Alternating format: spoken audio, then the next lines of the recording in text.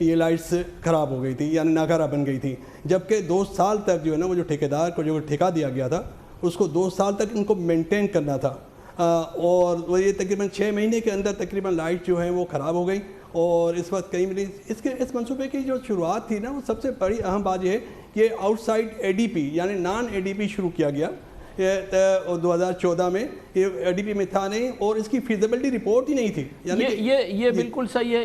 یہ ابھی جیسے مراد علی شاہ صاحب سے بھی پوچھا گیا کہ اے ڈی پی میں شامل نہیں تھا، آپ نے اس کو کیسے شامل کر لیا، اس کا انہوں نے جواب دیا۔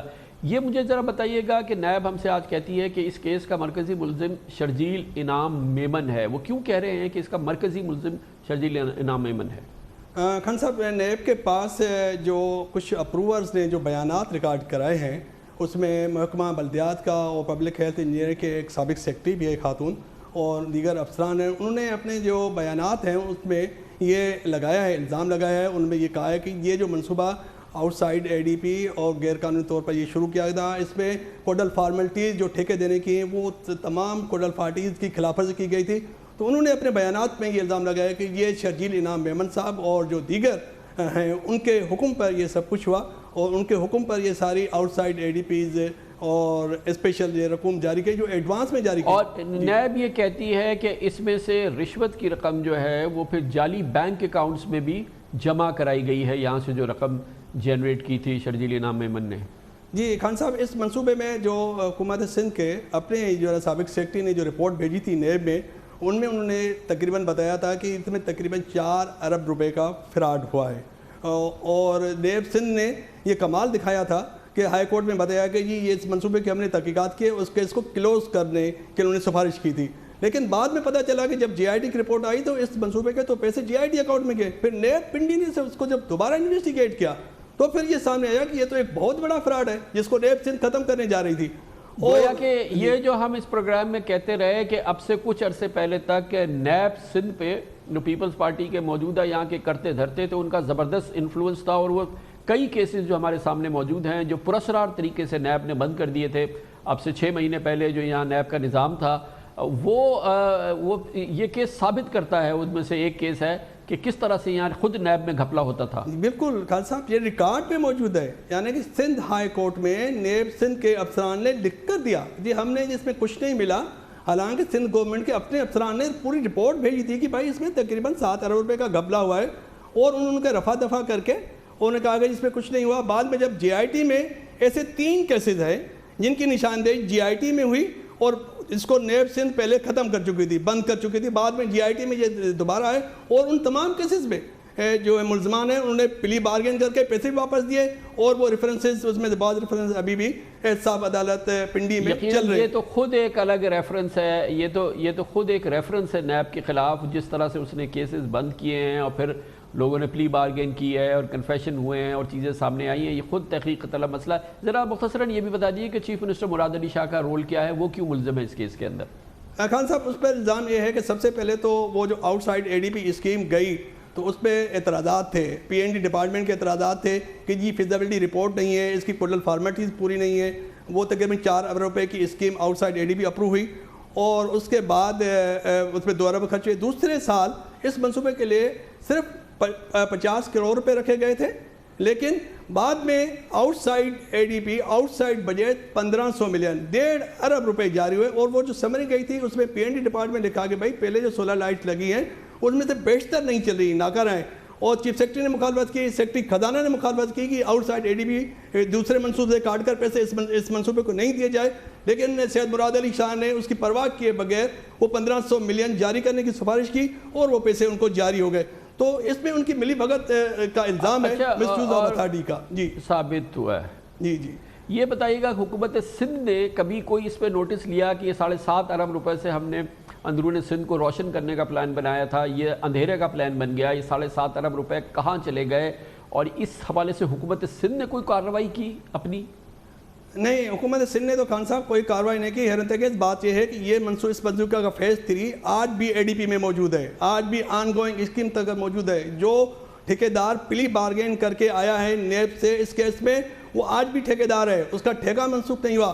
اور سابق سیکرٹری پبلک ہیلتھ انجینئر جو ایماندار افسر تھے، اس نے جب نیب کو یہ رپورٹ بھیجی تو اس کو سندھ بدر کر دیا گیا، اس کی سروسز وفاقی حکومت کو دے دی۔ تو سندھ حکومت تو اس منصوبے کو اور اس فراڈ کو مسلسل چھپاتی رہی ہے اور اس کی سپورٹ کرتی رہی ہے. جی بہت بہت شکریہ اختیار کھوکھر ہمارے ساتھ موجود تھے. کمرشل بریک کے دوران آپ نیوز ہیڈ لائن دیکھیں. اپنے پروگرام کے باقی ساتھ واپس آتے ہیں.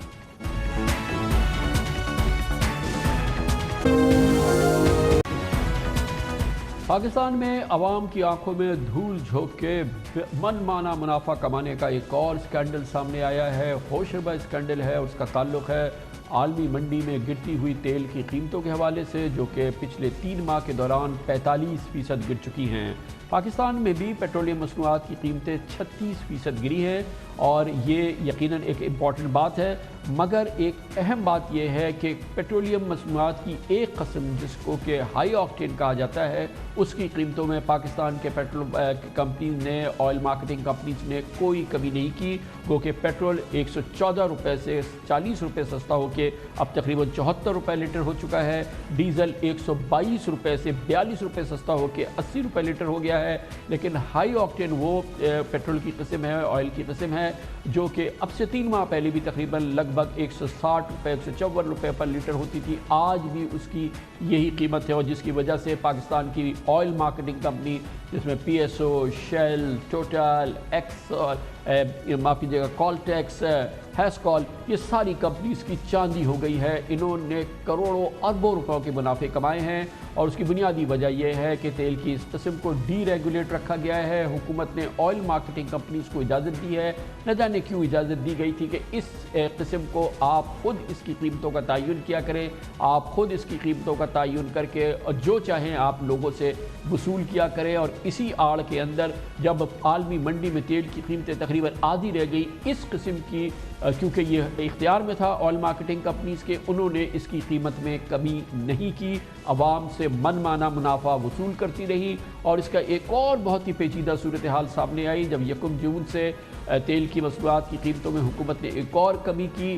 ان کمپنیز نے کام یہ کیا کہ انہوں نے بجائے اس کے کہ وہ سستا جو تیل مزید ہو گیا تھا، پیٹرول، ڈیزل وغیرہ، اپنے پیٹرول پمپ سے ان کو غائب کر دیا، اور کنزیومرز کو کہا گیا جو بھی وہاں پہنچتے تھے کہ ہائی آکٹین ہے، ڈلوانا ہے تو ڈلواؤ.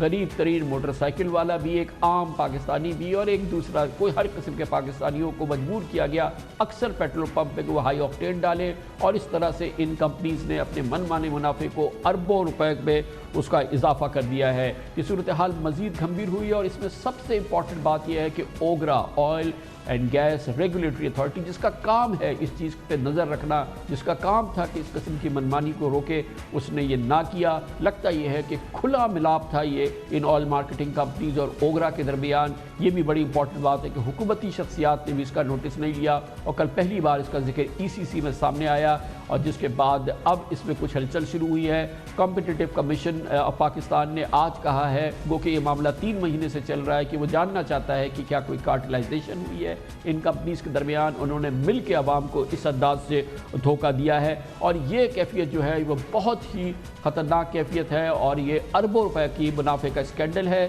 اس کی تفصیلات ہم آپ کو شیئر کرتے ہیں.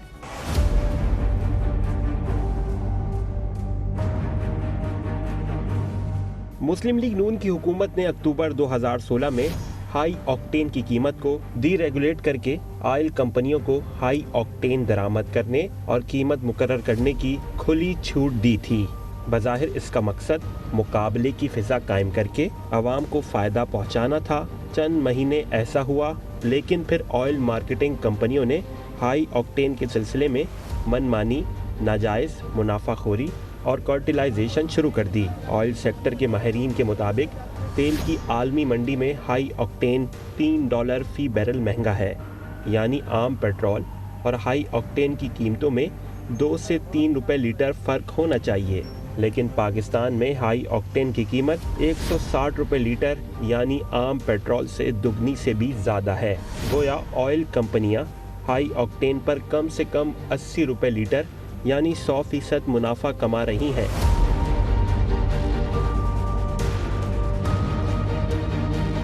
پاکستان میں ہائی آکٹین کی ماہانہ کھپت کم سے کم 5000 ٹن کے لگ بھگ ہے.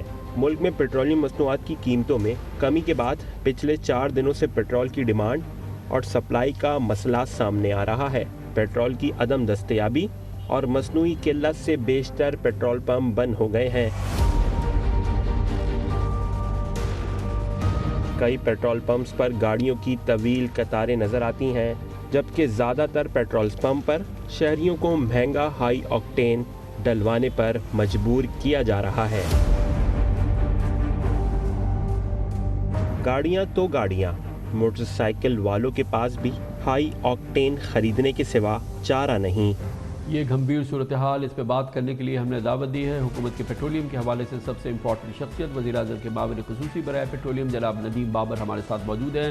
ندیم بابر صاحب، آپ کے علم میں ہوگا بہت ہی سیریس معاملہ ہے، پاکستان میں پیٹرولیم مصنوعات کی قیمتیں آدھی کے قریب 36% کم ہوئی، لیکن عالمی منڈی میں جو پیٹرولیم کی مصنوعات کی قیمتیں تھیں وہ آدھی ہو گئی، مگر پاکستان میں ہائی آکٹین جس کو جو ڈی ریگولیٹ ہے، جس کو حکومت نے نہ جانے کیوں او ایم سیز کے حوالے کیا ہوا ہے کہ وہ جو چاہیں اس کی قیمت حاصل کریں، اور انہوں نے دگنی قیمت پہ، عالمی منڈی سے دگنی قیمت سے یہ پچھلے 3 مہینے سے اس پروڈکٹ کو بیچ رہے ہیں، اربوں روپے کا منافع کما رہے ہیں۔ حکومت کیوں انٹروین نہیں کر رہی؟ آپ کیوں خاموش بیٹھے ہیں؟ کامران بھائی، آپ نے بہت اچھا سوال کیا۔ میں آپ کو یہ بتاتا چلوں کہ ہمارے 5 مین پروڈکٹس، یا چلیں 6 پروڈکٹس سمجھ لیں ہوتے ہیں۔ مین جو ٹاپ آف دا بیرل جسے کہتے ہیں وہ ہائی آکٹین ہے، اور باٹم آف دا بیرل جو کہتے ہیں وہ ہے فرنس آئل، اور اس کے بیچ میں جو 4 پروڈکٹس ہیں جس میں ڈیزل ہو گیا، موٹر گیسولین ہو گئی، کیروسین ہو گئی، اور ایل ڈی او ہو گیا۔ تو جو ہمارا ایچ او بی سی اور فیول آئل ہے یہ ان ریگولیٹڈ ہے، اور باقی چاروں ریگولیٹڈ ہیں۔ اب چونکہ ان ریگولیٹڈ ہے، اس کا مطلب ہے کہ لیگلی اینڈ ٹیکنیکلی یہ اوگرا یا منسٹری ان کو کہہ نہیں سکتی کہ انہیں کیا پرائس رکھنی ہے، لیکن ہیونگ سیڈ دیٹ، یہ بات آپ کی بالکل درست ہے کہ یہ انتہائی غیر مناسب ہے کہ اگر اس کی کاسٹ لیٹ سے 70-80 روپے ہے اور وہ اس کو 150 روپے پہ بیچ رہے ہوں، تو اس کو کسی بھی صورت جسٹیفائی نہیں کیا جا سکتا۔ تو ہم نے چند دن پہلے ہی اوگرا کو آفیشلی لکھا ہے کہ جی آپ اس کی انویسٹیگیشن بھی کریں اور اس پہ ایکشن بھی لینا ضروری ہے۔ لیکن ندیم بابر صاحب، یہ اوگرا کو لکھنے کی ضرورت ہے؟ یہ پیٹرولیم پروڈکٹ جو ہے وہ ڈبل سے زیادہ قیمت پہ بیچ رہے ہیں، اوگرا کو جگانے کی ضرورت ہے؟ اس کے لیے آپ کو لیٹر لکھنا پڑا اوگرا کو جگانے کے لیے؟ یہ تو کوئی بڑا اسکینڈل ہے۔ آپ بالکل درست کہہ رہے ہیں۔ دیکھیں، قانوناً ریگولیٹر کا یہ کام ہے، ہمارا نہیں ہے، اور یہ ریگولیٹر کو آن دیئر اون کرنا چاہیے، میں آپ سے اتفاق کرتا ہوں۔ لیکن ہماری جو پرائسنگ میکنزم ہے نا، وہ سٹیبل انوائرمنٹس کے لیے تو ٹھیک ہے، والیٹائل انوائرمنٹس میں وہ چلتی نہیں ہے، اور ہم اس کو ٹوٹلی ریفارم کرنے جا رہے ہیں۔ یہ میں 1 منٹ میں آپ کو ایکسپلین کر دوں، کیونکہ اسی سے جو اس وقت لوگ شارٹیج کی کمپلینٹ کر رہے ہیں اس کا بھی آدھا جواب آ جائے گا۔ وہ یہ ہے کہ پچھلے 3 مہینے میں چونکہ پرائسز بہت ریپڈلی ڈراپ ہوئی ہیں، تو کمپنیوں کو اور ریفائنریز کو انوینٹریز پہ کافی لاسز ہوئے ہیں۔ اب ان لاسز کو وہ میک اپ کرنے کے لیے ان ریگولیٹڈ پرائسز، ان ریگولیٹڈ آئٹمس پہ ہائر دین نارمل پروفٹس لے رہے ہیں۔ ایک لحاظ سے اگر آپ ان کے پرسپیکٹو سے دیکھیں تو وہ کہیں گے کہ جی ان ریگولیٹڈ ہے، لیکن ہمارے لحاظ سے یا کنزیومر کے لحاظ سے یا ریگولیٹر کے لحاظ سے کسی طرح بھی یہ کنڈون نہیں کیا جا سکتا، اور اس کی بڑی سمپل وجہ ہے کہ جب پرائسز ڈراپ ہو رہی ہیں اور آپ کو انوینٹری پہ لاس ہوا ہے، تو وہ وقت بھی آئے گا کہ پرائسز رائز ہونا شروع ہوں گی، اور اس وقت آپ کو انوینٹری پہ گین بھی ہوگا۔ تو یہ ایک مارکیٹ ڈائنامک ہے which is part of doing business۔ Nadeem Babar صاحب، اس میں ایک بہت امپورٹنٹ بات یہ ہے کہ یہ اس میں ایک اور قانون کی خلاف ورزی ہے کہ دیکھیں یہ ساری کمپنیز نے مل کے اس قیمت کو رکھا ہے، یعنی کہ جو 100% سے زیادہ پروفٹ ہے ان سب نے مل کے اس کا فیصلہ کیا۔ اس میں پی ایس او بھی ہے، شیل بھی ہے، کالٹیکس بھی ہے، ہیسکول بھی ہے، ٹوٹل بھی ہے، اور یہ کارٹل بنایا ہے انہوں نے، یہ کارٹلائزیشن ہوئی ہے۔ آپ بالکل درست کہہ رہے ہیں۔ میں وداؤٹ نوئنگ دا فیکٹس یہ لفظ ایز اے گورنمنٹ آفیشل نہیں یوز کر سکتا، نہیں کروں گا، لیکن بظاہر یہی نظر آ رہا ہے کہ یہ پرائس نیچے آنی چاہیے تھی، سبسٹینشلی نیچے آنی چاہیے تھی، اور نہیں آئی۔ اب ہم نے پی ایس او سے جو گورنمنٹ کی اینٹی ہے اس سے تو اس کی ایکسپلینیشن مانگی ہے کہ آپ بتائیں کہ یہ پرائس کیوں نہیں نیچے کی، اور اوگرا کو کہا ہے کہ جی آپ ریگولیٹر ہیں، یہ آپ کا کام ہے، آپ اس کو مانیٹر کریں اور لوگوں سے پوچھیں کہ یہ کیوں اتنی ہائی پرائس رکھی جا رہی ہے۔ صرف اس لیے کہ یہ ان ریگولیٹڈ آئٹم ہے، یہ جسٹیفیکیشن نہیں بنتی۔ اگر بالفرض ان ریگولیٹڈ ہے بھی تو کسی کی 100 روپے ہو سکتی ہے, کسی کی 110 ہو سکتی ہے, کسی کی 120 ہو سکتی ہے, سب کا اسی 150 اور 155 کی رینج میں رہنا یہ مناسب نہیں لگ رہا بظاہر, اور اس پہ ہم ایکشن لیں. اور ندیم بابر صاحب, میں آئی ایم شیور کہ پرائم منسٹر کو نہیں بتایا کسی نے, ظلم کی یہ حد ہے کہ اس کے بعد ان کمپنیز نے اپنے بہت سارے پمپس پہ ان جو چیپر پیٹرولیم نارمل پروڈکٹس ہیں ان کو ہٹا کے صرف ہائی آکٹین رکھ دیا. بیچارہ موٹر سائیکل والا جا رہا ہے, چھوٹی گاڑی والا جا رہا ہے, کوئی کنزیومر جا رہا ہے, ہمارے پاس تو نہیں ہے, لینا ہے تو یہ ہائی آکٹین لے لو. وہ بیچارے کو آدھا لیٹر, 1 لیٹر, 2 لیٹر جو ڈلوانے ہیں وہ بیچارہ مجبور ہوا کہ ڈبل قیمت پہ وہ ڈلوائے کیونکہ اس کا پیٹرول ختم ہو رہا ہے. ظلم ہے. ہمیں آپ بالکل درست کہہ رہے ہیں, ہمیں اس طرح کی شکایتیں بالکل آئی ہیں. اب میں آپ کو اس پہ تھوڑا سا ایکسپلین کر دوں کہ مین جو مسئلہ ہے نا, یہ جو ہمارا پرائسنگ سسٹم چل رہا ہے پچھلے 10-15 سال سے, یہ pricing system stable price environment میں تو چل جاتا ہے, لیکن والیٹائل پرائس انوائرمنٹ چاہے پرائسز گر رہی ہوں یا چڑھ رہی ہوں تیزی سے, اس میں یہ سسٹم نہیں چل سکتا. یا یہ لاسز کریٹ کرتا ہے یا ونڈ فال گینز کریٹ کرتا ہے. تو ہم اس سسٹم کو چینج کرنے جا رہے ہیں. سو فار ایگزامپل یہ جو لوگوں نے یہ چند دن پہلے اور ابھی بھی چل رہی ہے جو شارٹیجز کئی کمپنیوں کے پمپس پہ ہے, وہ کیوں ہوئی؟ وہ اس لیے ہوئی کہ لوگ ایکسپیکٹ کر رہے تھے کہ جی 1 تاریخ کو پھر پرائس گرائی جائے گی, تو لوگوں نے اپنی انوینٹریز, کمپنیوں نے بھی اپنی انوینٹریز بہت لو رکھی, امپورٹ نہیں کی ان ٹائم. اور پمپس پہ بھی اگر ایک پمپ والا ہے اس کو معلوم ہے کہ جی 1 تاریخ کو پرائس گرنی ہے, اس نے 1 تاریخ سے پہلے اپنا سارا تیل بیچ دیا تاکہ یہ نہ ہو کہ 1 تاریخ کو جب پرائس گرے تو اس کو نقصان ہو جائے. اب یہ جو چیز ہے یہ ان کے لائسنسز جو او ایم سیز ہیں ان کے لائسنسز کے لائسنسز کی وائلیشن ہے. صاحب میری معلومات یہ ہے کہ اس میں آپ کی منسٹری کا بھی ایک بہت بڑی مس مینجمنٹ ہے, کیونکہ آپ نے مارچ میں اس کو بین کر دیا تھا, امپورٹ آف آئل, اور او ایم سیز پہ بین لگا دیا تھا کہ وہ امپورٹ نہیں کر سکتی. ان سے کہا تھا کہ آپ ریفائنری سے پروڈکٹ اٹھائیں. اور جب بالکل راک باٹم پرائسز ہو رئی تھی مارچ کے اینڈ میں, اپریل کے شروع میں, آپ نے پابندی لگا دی آئل مارکیٹنگ کمپنیز کو کہ وہ امپورٹ کر سکے, اور جس کی وجہ سے ہمیں بہت شدید نقصان بھی ہوا. اور وہ امپورٹ جو تھی وہ مس مینجمنٹ ہے جو کنٹریبیوٹ کر رہی ہے اس وقت جو پیٹرول پمپس پہ شارٹیجز ہوئی ہے, اس کا بھی ایک حصہ ہے. ان کے ونڈ فال پروفٹ ان کو ہائی آکٹین سے ملنی ہے, تو انہوں نے اس کور کو استعمال کیا ہے جو شاید مس مینجمنٹ ہوئی ہے آپ کے یہاں سے. نہیں کامران بھائی, یہ بات درست نہیں ہے, میں اس کو ایکسپلین کر دیتا ہوں. جو آئل امپورٹ بین کی گئی جب کووڈ کی وجہ سے لاک ڈاؤن کیا گیا 23-24 مارچ کے قریب, اس وقت امپورٹ بین کی گئی, اور وہ امپورٹ تقریباً 3-3.5 ہفتے بعد لفٹ کر لیا گیا. وہ بین جو ہے تقریباً 15 اور 20 اپریل کے درمیان لفٹ کر لیا گیا تھا. اس وقت جب یہ لفٹ کر لیا گیا تو ہر کمپنی کو کہا گیا کہ آپ بتائیں آپ کتنا امپورٹ کرنا چاہتے ہیں, لیکن سب کو نظر یہ آ رہا تھا کہ کنٹینیوئنگ ڈکلائننگ ٹرینڈ ہے.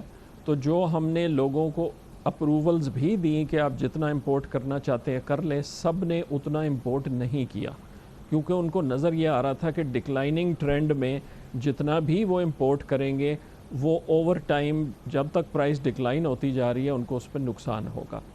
اب ہم نے کیا یہ ہے کہ اس لفٹنگ کے بعد ہم نے لوگوں کو کہہ دیا ہے کہ جی آپ صرف اگلے مہینے کی نہیں, آپ اگلے 2 مہینے کی پلاننگ کر کے ہمیں بتائیں کہ آپ کیا امپورٹ کرنا چاہتے ہیں.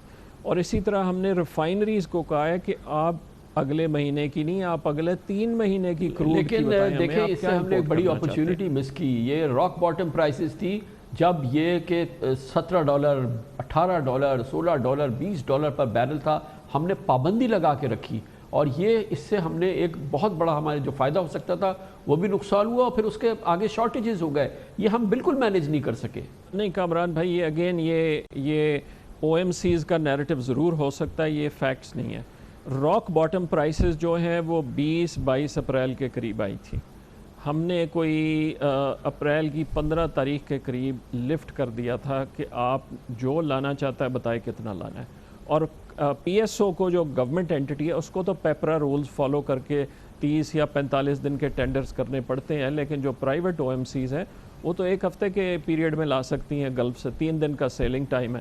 تو راک باٹم پوائنٹ پہ ہم نے بین نہیں کیا ہوا تھا, ہم اس سے پہلے بین لفٹ کر چکے ہوئے تھے, لیکن لوگوں کو نظر یہ آ رہا تھا جو میں بار بار کہہ رہا ہوں نا کہ ہمارا پرائسنگ سسٹم جو پچھلے 10-15 سال سے چل رہا ہے، یہ پرائسنگ سسٹم اس انوائرمنٹ میں نہیں چل سکتا. آپ اگر مجھے 30 سیکنڈ دیں تو میں آپ کو سمجھا دوں کہ کیوں نہیں چل سکتا. ہمارا جو پریزنٹ سسٹم ہے نا وہ یہ کرتا ہے کہ پی ایس او کی سارے مہینے کی پروکیورمنٹ کو لے کے اس کی ایوریج کرتا ہے اور اس کو پہلی تاریخ کو اناؤنس کرتا ہے فار دا فالوئنگ منتھ. مطلب یہ ہوا کہ جب ایک پرائیویٹ او ایم سیز نے اگلے 30 دن کے لیے جو پرائس ہے وہ اس کو آخری دن جا کے پتہ لگے گی، تو اس کو یہی نہیں پتا کہ اس کی ٹارگٹ پرائس کیا ہے. یہ سسٹم جو ہے یہ والیٹائل مارکیٹس میں نہیں چل سکتا، اپ اور ڈاؤن. سٹیبل انوائرمنٹ ہے تو چلے 30 دن بعد اس نے آرڈر کر لیا $1 موو ہو جائے گا، $2 موو ہو جائے گا، لیکن جب وہ ریپڈلی $8-10 موو ہو رہا ہے اپ اور ڈاؤن تو یا اسے نقصان ہوگا یا اس کی ونڈ فال ہوگی.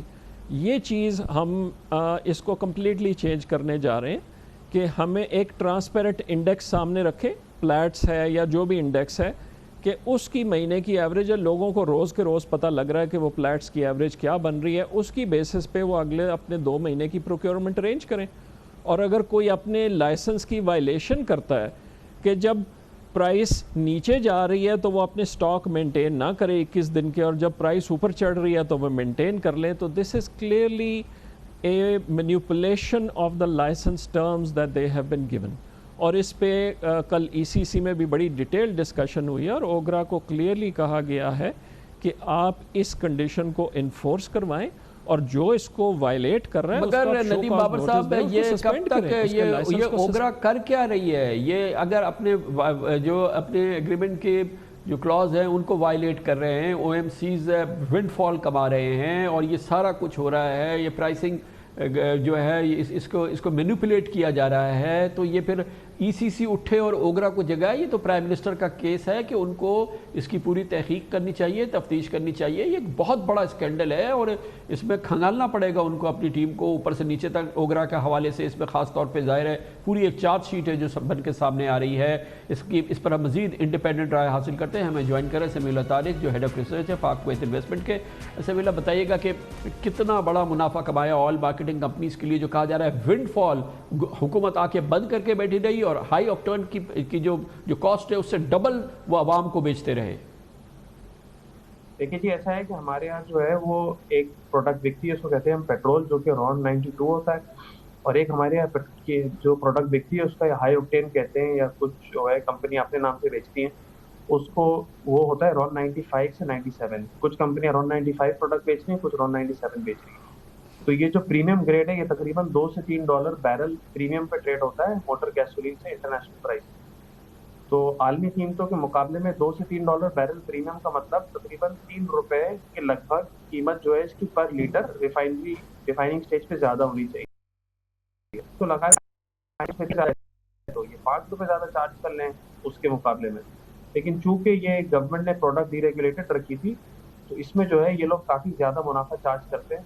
اور آپ خود ہی دیکھ لیں کہ اس وقت $75 لیٹر جو ہے وہ پیٹرول بک رہا ہے اور اس کے مقابلے میں ہائی آکٹین جو ہے وہ 150 سے 60 کے بیچ میں. الگ الگ کمپنیاں جو ہے مختلف کمپنیاں مختلف قیمتوں پہ بیچ رہی ہیں لیکن 150 سے 60 کے بیچ میں ہے. تو اس سے یہ ظاہر ہوا کہ جو ہے وہ ایک تو یہ کہ یہ اس سے کافی کم قیمت پہ بک سکتا ہے. یہ اس وقت جو ہے وہ مطلب $160 کی جگہ 120 سے بھی نیچے بک سکتا تھا، لیکن جو ہے کمپنیوں نے اس کو زیادہ پرائس پہ بیچا کیونکہ ڈی ریگولیٹڈ ہے. تو ڈی ریگولیشن میں یہ ہے کہ گورنمنٹ پھر پرائس ڈکٹیٹ نہیں کراتی، جس کی جو مرضی ہے وہ بیچے. تو گورنمنٹ جو ہے وہ اس وجہ سے اس میں ڈکٹیٹ نہیں کراتا. بہت شکریہ سمیع اللہ طارق ہمارے ساتھ موجود تھے. یہ وہ معاملہ ہے تحقیق طلب، تفتیش طلب، نیب طلب، FIA طلب. بہرحال حرکت میں لانا ہوگا حکومت کو.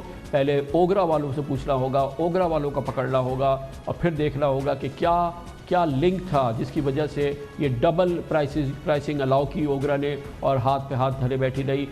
کمپیٹیٹو کمیشن آف پاکستان نے کچھ کیوں نہیں کیا، حکومت کی مشرٹی کیوں نہیں حرکت میں آئی. یہ ایک اور بڑا امپورٹنٹ معاملہ ہے وزیر اعظم کے لیے دیکھنے کے لیے. کمرشل بریک، اس کے بعد ایک اور معاملہ وزیر اعظم کے لیے بہت ہی تفتیش طلب اور بہت ہی امپورٹنٹ ہے، وہ یہ کہ تمام کوششوں کے باوجود ملک بھر میں آٹے اور چینی کی قیمتیں ایک بار پھر آسمان کی طرف جا رہی ہیں. کمیشن بنا لیا، فورنسک رپورٹ آ گئی ہے، اپنی پارٹی والوں کے خلاف ایکشن شروع کر دیا. تمام چیزیں ہونے کے باوجود پرائسنگ آٹے اور چینی کی اسی جگہ پہ پہنچ رہی ہیں جب ابھی ہنگامہ شروع ہوا تھا اس سے بھی پہلے آخر یہ سب کچھ ہوا کیا ہے، کیوں ہوا ہے، یہ آپ کو بتائیں گے، جاننے کی کوشش کریں گے چھوٹے سے وقفے کے بعد۔ ایک اور اہم مسئلہ پاکستان کے عوام کا ہے جس میں پاکستان کے عوام کے ساتھ سخت زیادتی ہو رہی ہے۔ ابھی میں نے آپ کو بتایا کہ ہائی آکٹین آئل کے معاملے میں کیا کچھ ہوا ہے، اور اس کا تعلق ہے ایک غریب پاکستانی سے، یعنی کہ آٹے اور چینی کی قیمتوں میں، جس میں پھر ایک بار ہوش ربا اضافہ ہو رہا ہے، اور لگ نہیں رہا کہ وزیر اعظم کی تحقیقات، audit report, forensic audit commission, یہ سب کچھ جو آج ہم نے حالیہ دنوں میں دیکھا اس نے کوئی کام دکھایا ہے، کیونکہ آٹے اور چینی کی قیمتیں ایک بار پھر بہت تیزی سے بڑھ رہی ہیں اور بڑھتی چلی جا رہی ہیں۔ پچھلے ایک ہفتے کے دوران چینی کی قیمتیں مزید 5 روپے فی کلو مہنگی ہوئی، جس کے بعد چینی لگ بھگ کراچی میں 90 روپے فی کلو ہو چکی ہے۔ اس کے علاوہ چکی کا آٹا، فائن آٹا اور جو ایکس ملز آٹا ہے، یہ 10 کلو کا تھیلا 60 سے 100 روپے تک مہنگا ہو چکا ہے۔ تندور کے مالکان نے روٹی اسی وجہ سے 2 روپے مہنگی کر دی ہے، غریب کی روٹی بھی مہنگی ہو گئی ہے۔ بہت ہی مشکل صورتحال ہے، اور اس میں ایک اور بہت تکلیف دہ پہلو یہ ہے کہ بظاہر یہ لگتا ہے کہ یہ ایک مافیا کا کام ہے، کیونکہ دراصل جو کاسٹ آف پروڈکشن ہے وہ کم ہوئی ہے۔ پاکستان میں پیٹرولیم مصنوعات کی قیمتیں 36% کم ہو چکی ہیں، پاکستان میں بینکوں کی شرح سود 5.5% کم ہو چکی ہے، اور اس کے باوجود بجائے اس کے کہ قیمتیں کم ہوتی حکومتی اقدامات کی وجہ سے، مگر الٹا کام ہوا ہے، اور لگ یہ رہا ہے کہ قیمتیں مسلسل بڑھتی چلی جا رہی ہیں۔ اور اسی دوران ہم دیکھ رہے ہیں کہ جو مافیا ہے وہ مسلسل سرگرم عمل ہے۔ آج نیب نے ایک بار پھر سندھ میں گندم چوری کا جو معاملہ ہے اس حوالے سے ایک ملزم کو گرفتار کیا، ٹھیکیدار گندم کا، اس کے بارے میں بتایا گیا وہ ہریش مل ہے۔ اس سے پہلے بھی نیب نے اس کو گرفتار کیا تھا، 16 کروڑ روپے کی اس نے پلی بارگین کی تھی۔ اب بتایا گیا ہے کہ جو گندم چوری ہوئی ہے سندھ میں، اور جس میں 11,000 ٹن گندم چوری ہوئی جب وہ گھوٹکی سے کراچی آ رہی تھی، اس میں اس آدمی کو گرفتار کیا گیا، یعنی کہ مافیا پوری طرح سے اس وقت ایکٹیو نظر آتی ہے۔ لگ یہ رہا ہے کہ وزیر اعظم سے انتقام لے رہی ہے، پاکستان کے عوام سے آٹا چینی مافیا بھرپور انتقام لے رہی ہے۔ شاید یہی وجہ ہے کہ یہ کیفیت پیدا ہوئی ہے۔ وزیر اعظم عمران خان آٹا چینی کے ناجائز منافع خوروں کو لگام دینے کے چاہے جتنے اعلانات کریں، اس وقت ایک عام پاکستانی کورونا سے زیادہ مہنگائی کا رونا رو رہا ہے۔ جہاں آٹا 45 روپے کلو ملتا تھا، وہاں 55 روپے کلو ہو گیا ہے۔ جہاں چکی کا آٹا 60 روپے کلو تھا، وہاں 65 روپے کلو ہو گیا ہے۔ ملک بھر میں چینی اب 85 سے 90 روپے کلو میں بک رہی ہے۔ پاکستان میں دسمبر سے اس سال فروری تک آٹے اور چینی کا بحران سامنے آیا۔ تحقیقاتی کمیشن نے قرار دیا ہے کہ گندم اور آٹے کا بحران وفاقی اور صوبائی حکومتوں کی نااہلی اور فلاور ملز مالکان کی ملی بھگت کی وجہ سے ہوا، جبکہ شوگر فرانزک رپورٹ کہتی ہے کہ چینی 1 روپے کلو مہنگی ہونے سے شوگر مافیا کو 5 ارب 20 کروڑ روپے کا فائدہ پہنچتا ہے۔ اس سے اندازہ لگایا جا سکتا ہے کہ آٹا اور چینی کے بحران سے ناجائز منافع خوروں نے کتنا مال بنایا۔ پی ٹی آئی کے دور حکومت میں آٹا، دال، چاول، چینی اور گوشت سب نے مہنگائی کی دوڑ میں ایک دوسرے سے سبقت لی، مگر پچھلے 22 مہینوں میں آٹا اور چینی کی قیمتوں میں 60% اضافہ ہوا۔ چکی کا آٹا 41 روپے کلو سے بڑھ کر 65 روپے کلو ہو گیا ہے۔ چینی 56 روپے کلو تھی جو اب 90 روپے کلو بک رہی ہے، یعنی آٹا 24 روپے کلو اور چینی 34 روپے کلو مہنگی ہو گئی۔ اس موضوع پہ بات کرنے کے لیے ایک بار پھر ہم نے دعوت دی ہے پاکستان کے 2 نامور ماہر امور اجناس، ہمارے ساتھ ہیں شمس الاسلام خان اور جناب انیس مجید۔ بہت بہت شکریہ شمس الاسلام صاحب۔ آپ بتائیے گا کہ اس پوری بیک گراؤنڈ کے باوجود، یہ تحقیقاتی کمیشن، فورنزک آڈٹ، یہ سب کے باوجود چینی کی قیمتیں اب ریکارڈ 90 روپے کلو ہو رہی ہیں، آٹا بے تحاشا آگے بڑھتا چلا جا رہا ہے۔ کیا مافیا انتقام لے رہی ہے عمران خان اور عوام سے، یا کیا ہو رہا ہے یہ؟ شکریہ کامران خان صاحب۔ دیکھیں، ہم نے انکوائری رپورٹ سامنے جب آئی ہے تو لوگوں نے دیکھا، سب کچھ اس میں کلیئر بتا دیا تھا کون رسپانسبل ہے۔ مسئلہ یہ ہوا کہ ان مافیا کے خلاف کوئی ایکشن نظر نہیں آیا، نہ شوگر مل مافیا کے خلاف ہوا، نہ ہی آپ کے جو ہے گندم کا مافیا جس نے یہ پورا کرائسس کریٹ کیا تو اس کے خلاف ایکشن ہوا۔ اور اس میں یہ مافیا جو ہے وہ ایڈوانٹیج لیتا ہے کسی نہ کسی سسٹم کی ویکنیس کا۔ ابھی جو گندم کا کرائسس چل رہا ہے اس میں جو ہے گندم کی پروڈکشن شارٹ ہو گئی ہے، کوئی تقریباً 27 ملین ٹن کا ٹارگیٹ تھا جو مس ہوا ہے، اور اس وقت جو ہے 25 ملین ٹن سے بھی کم گندم جو ہے پیداوار ہوئی ہے۔ اس شارٹیج کا ایڈوانٹیج لینے کے لیے وہ وہی مافیا ہے جو پہلے بھی انوالو تھا اس میں، اس نے جو ہے پرائسز کی قیمت کو اس کو